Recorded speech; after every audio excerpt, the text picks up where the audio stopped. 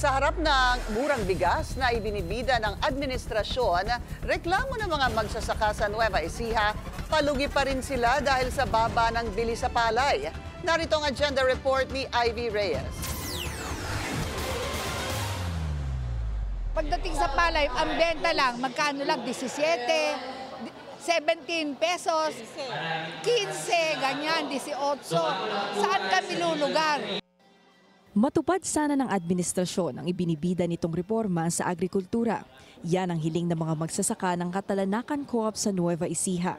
Sa puhunan kasi na 20 to 80,000 pesos, kadalasan 10,000 piso lang ang naiuuwi nila dahil mababa raw ang bilis sa kanilang mga palay.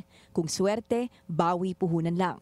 Pero maaasahan raw ng mga magsasaka na pataas ang buying price na ina-adopt ng 20 pesos per kilo rice program ng gobyerno. Nag-aalala yung ibang yung ating mga magsasaka dahil binababa natin ang presyo ng bigas sa 20 piso kada kilo.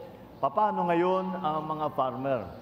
Kahit anong presyo ang pagbenta natin ng bigas sa palengke, hindi magbabago ang buying price ng palay ng NFA.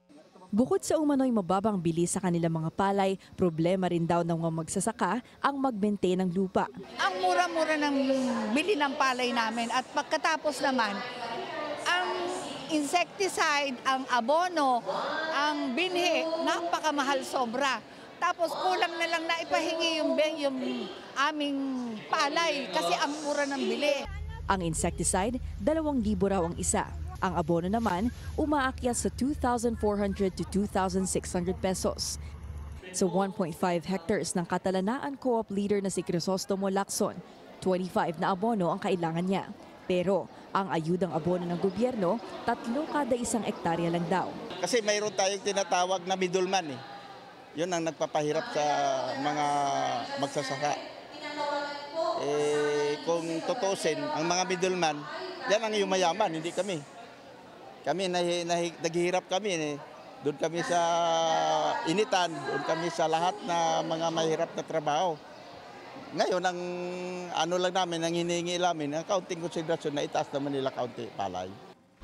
Ngayong umaga, opisyal nang ipinamahagi sa lahat ng rehiyon ang Mobile Soil Laboratory Units na layong paigtingin ang rice productivity sa bansa. Ang initiative na ito, kayang pabilisin ang soil testing ng mga magsasaka sa nayon, imbis na pumunta pa sa designated laboratory per region. Kasabay nito, pinarangalan din ang mga natatanging magsasaka at mangingisda sa buong bansa para sa kanilang innovation efforts sa larangan ng agri at aquaculture. Bukod sa parangal ang hiling ng mga magsasaka, huwag naman hanggang sana na lang ang pangako ng gobyerno sa agrikultura. Bagamat magandang balita raw ang 20 pesos na bigas para sa mga mahihirap, naway lumingon aniya ang gobyerno sa mga magsasakang kapwa naghihirap din. Para sa agenda, Ivy Reyes, Billionaire News Channel.